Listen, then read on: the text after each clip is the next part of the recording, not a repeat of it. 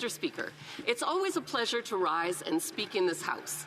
But I am disappointed that we are on week 3 speaking about parliamentary privilege.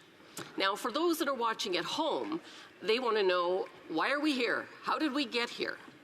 So it all started with Sustainable Development Technology Canada. That is a fund that was designed to support initiatives for green technology, emissions reduction, things like that. And the fund started in 2001, and under Liberal and Conservative governments went along just fine until this corrupt bunch of Liberals got involved. And so what happened was Cabinet decided to give $1 billion to the fund, and they picked their friends to be on the committee to decide who was going to get the money, and the friends gave the money to their own businesses. The Auditor General found 186 conflicts of interest. 80% of the projects were conflicts of interest. And there was a whistleblower within the Sustainable Development Technology Canada department that said that there was criminal activity involved. And so as parliamentarians, we wanted to look into the matter. And so the documents related to this fund were requested in June of this year. But the government, the Liberals, did what they normally do, delay, and then when they sent the documents, they blacked out all the useful parts.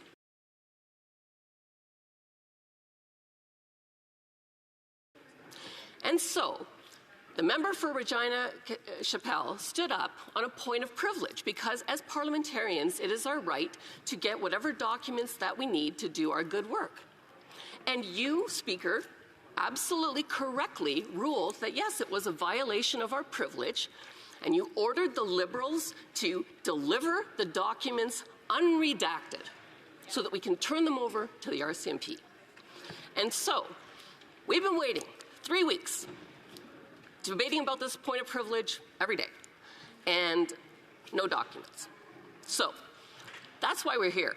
I'm going to spend my time today talking and pushing back against the very weak arguments that the Liberals are bringing about why they can't bring the documents forward.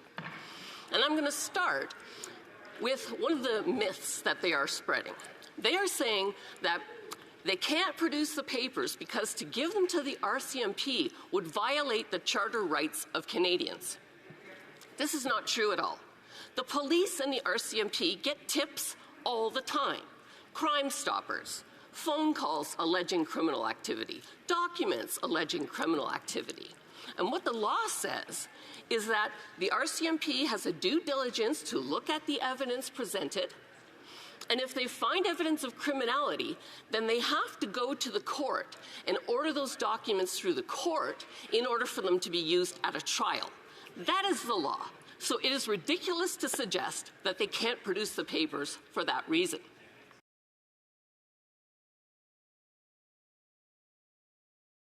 The other thing I would say is that it's very hypocritical of the Liberals to say that they're concerned about the charter rights of Canadians, because they have violated nearly every charter right of Canadians. You are what your record says you are. So let's look at their record.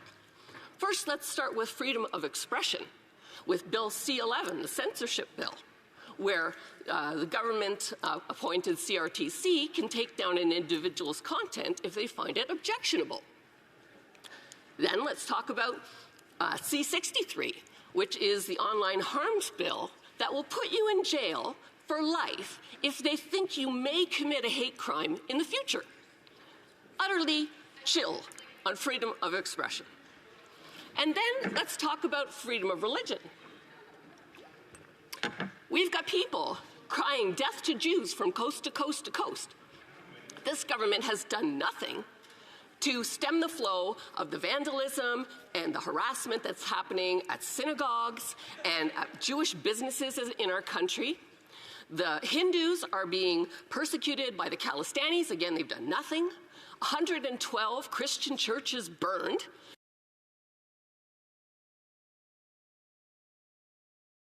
They've said nothing. And so there is no protection for freedom of religion from this Liberal government. Then, if we want to go down the list of other freedoms, let's talk about mobility rights. Okay? Every Canadian has the right to freely enter and leave Canada. That is in the Charter of Rights. During the pandemic, they trapped over 4 million people for over 2 years here in the country, even after it was medically proven that people that were vaccinated could get and transmit COVID the same as the unvaccinated. So we had 90% of people who were vaccinated who were allowed to go wherever they wanted and enter and leave. But we trapped those 10% that were not a higher risk in the country, separating them from their families and causing a lot of trauma.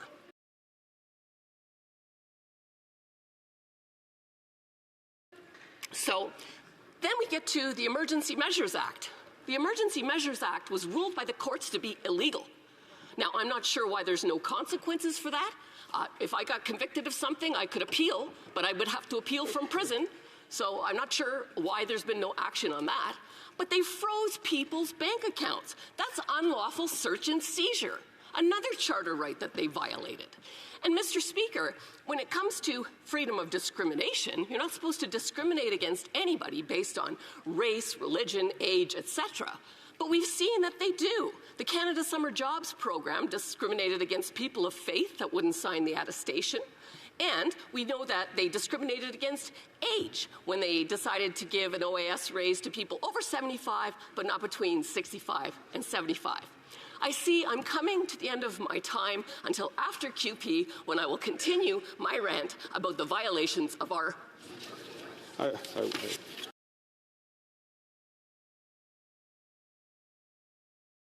40 seconds remaining in debate before questions and comments.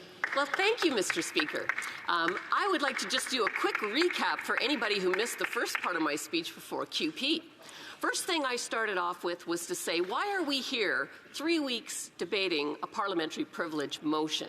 And I explained that it's because the Liberals will not produce the documents that you, Mr. Speaker, ordered and that are related to the Green Slush Fund and the $400 million scandal. And so no government business or private member's business can come forward until they produce the documents. So that's what we're waiting for. And then I started to debunk the myths of the weak reasons that the Liberals have given why they can't produce the documents, beginning with their claim that to give the documents to the RCMP would be a violation of people's charter rights. This is absolutely not true. The police and the RCMP get tips all the time, Crime Stoppers, phone-in calls about criminal activity, documents about criminal activity, and they have to have a due diligence to go look into that evidence that's presented. And if they do find evidence of criminality, then they need to go to the courts and request those documents formally so that they can be used in a court case. That is the law, and so this is just a total red herring from the Liberals.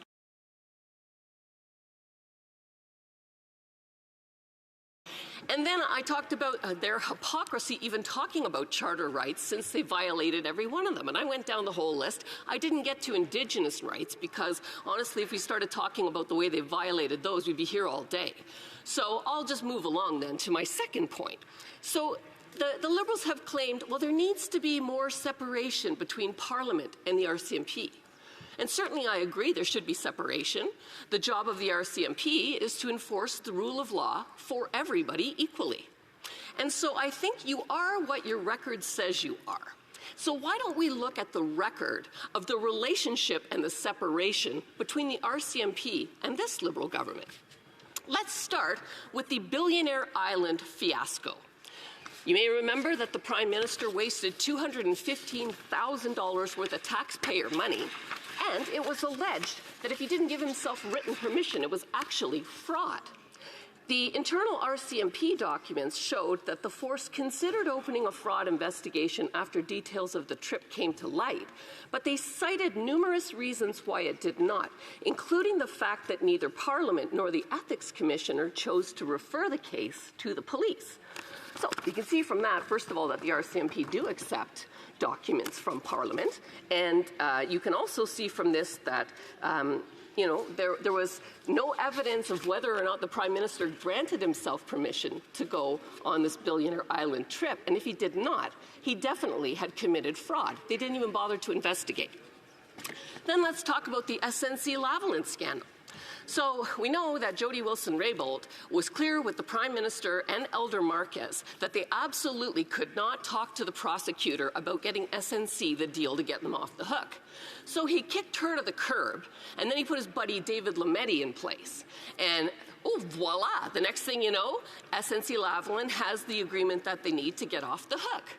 Well, did the RCMP investigate this thing? No, they did not. Until 4 years after the fact, after Brenda Lucki retired, they decided they were going to start investigating. And as soon as they announced that, interestingly, David Lametti was kicked out of cabinet and ended up stepping down as an MP.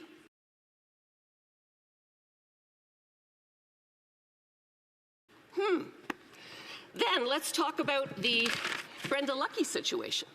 So in the Nova Scotia massacre, it was clear that the RCMP was working on behalf of Parliament with the Liberal government. And I'm going to quote from a newspaper article, National Post. It says, in June, the Mass Casualty Commission revealed disputes between RCMP investigators in Nova Scotia and the Commissioner with allegations that Lucki let the politics interfere with the probe. Notes from the Mountie in charge of the massacre investigation said that on a conference call, Lucki expressed disappointment that the types of guns used by the killer had not been released to the public because she had promised the Prime Minister's office and the Public Safety Minister the guns would be detailed, tied to pending gun control legislation. Not a lot of separation there, Mr. Speaker. And then let's talk about the We Charity scandal. So Section 119(1) of the Criminal Code says that it is illegal for a holder of public office to take an action that benefits themselves or their family.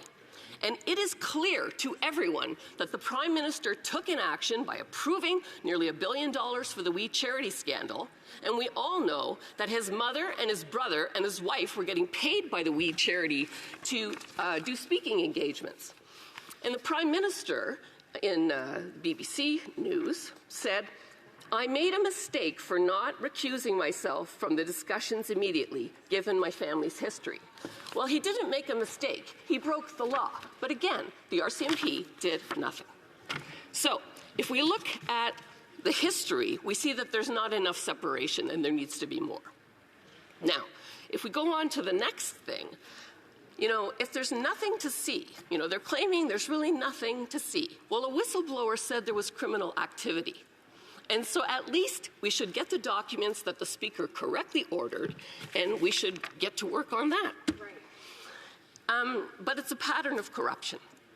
So we've seen that with this government from the beginning, when I got elected in 2015, there's been a history of not just corruption at the Prime Minister's level, but throughout the Liberal Party. If you would recall, Raj Grewal, a former MP, who was charged with fraud. Joe Pesky-Solito, former Liberal MP. His company was involved and charged with the money laundering scam. Sexual misconduct with Hunter Tutu and Darshan Khan. The clam scam, where the Minister of Public Safety currently gave his relative a $25 million clam quota and to a company that didn't even own a boat. Like, terrible. The Minister of Transportation gave money to her husband's company. It's a total conflict of interest. And so the government is showing that they have this pattern of behavior, and whenever they're caught, then they do the obvious, they delay, and they refuse to release documents, or they release them all redacted. That needs to stop. Canadians have a right to know what happened to the $400 million and to get to the bottom of it. Now, the good news is that while we continue to debate the parliamentary privilege part of this situation, no government bills can come forward. So the awful legislation that the Liberals are trying to bring forward isn't going to happen. So, for example, Bill C-63, that would put you in jail for life if they think you might commit a hate crime in the future, is not going to come forward. And Bill C-71, that would take the children of Canadian citizens that live abroad, children that have never lived in Canada, and grant them Canadian citizenship. And when they turn 18, they'd be able to vote and decide on their honor where they want their vote to count. That is a new level of foreign interference. So I'm happy that one's not coming forward. And of course, we also won't see the bill that has the date of the election changed so that the MPs that are going to lose their seats get their pension.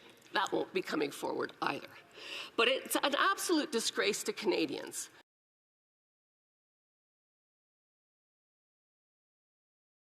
That money, $400 million, has basically been given out with 186 conflicts of interest. And, you know, it's like nothing to see here. It's totally unacceptable. And I think that if the government wants to get back to work, they should do the right thing. They should produce the documents unredacted like the Speaker has requested. And is there quorum? I'd like to thank the honourable member for having raised the question. There does not appear to be quorum at the moment, so we will verify and ring the bells if necessary. I see that honourable members are coming into the House. I hear the confirmation from the table that we do have quorum. The honourable member has 5 minutes remaining in her speech. And so when it comes to this Green Slush Fund, I think one of the most disturbing things about it, to me, is that the Minister of Environment and Climate Change was part of the cabinet that approved the money for the Green Slush Fund. He was part of the cabinet that chose the committee members of this, that were going to decide who got the money. And the committee members gave the money to a company called Cycle that he is a stakeholder in. So once again, Criminal Code Section 119(1), no holder of public office can take an action that benefits themselves or their family. And I would argue that this is another example that should be looked into by the RCMP.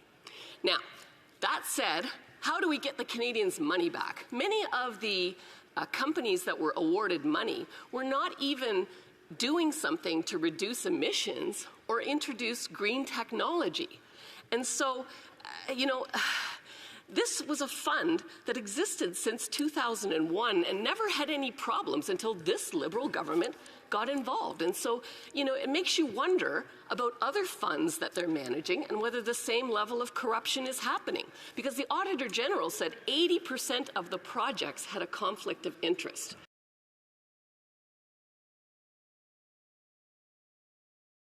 This is simply unacceptable, and I think that we need to get to the bottom of it. And so my hope is that we are going to see these documents produced in due time. It shouldn't take long because the documents already exist. The Auditor General audited them.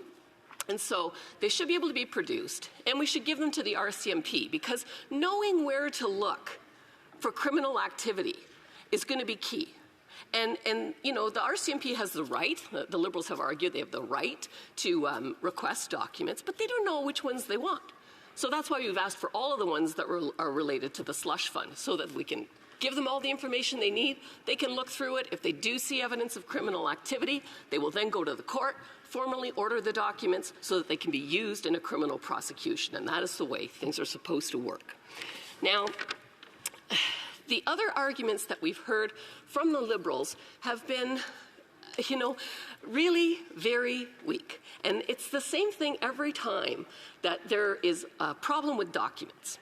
They say, well, we want to send this to committee. That's what the motion is all about. Well, no, the motion is to produce the documents unredacted.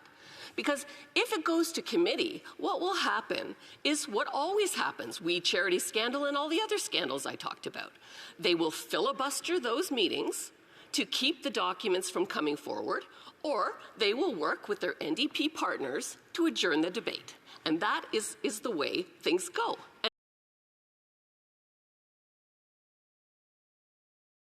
And that is why we don't get to the bottom of these scandals, and that is why these scandals keep occurring. And it's really unbelievable, the number of scandals that we have seen. Now, I think the sad part of freezing the Sustainable Development Technology Fund because of this scandal and the corruption, it's impacted people. It's impacted a company in my riding that was getting funding to make green battery technology that's actually quite interesting technology. It's like portable. You can put it in your backpack and use it to charge things when, if you were in the military, out in a place where there's no power, all kinds of interesting things like that. They're called Illuma Power. But you know what? Now they're in the valley of death from a commercialization point of view because of the freezing of this fund, all relating back again to the corruption of this government, which needs to come to an end with a carbon tax election. Thank you, Mr. Speaker. Questions and comments? The Honourable Member for Fleetwood Port Kells. Thank you, Mr. Chair. Good to see you there. I'm looking for Bill Murray over there somewhere because we have Groundhog Day as performed by the Conservative Party of Canada. Because what we actually have is the threat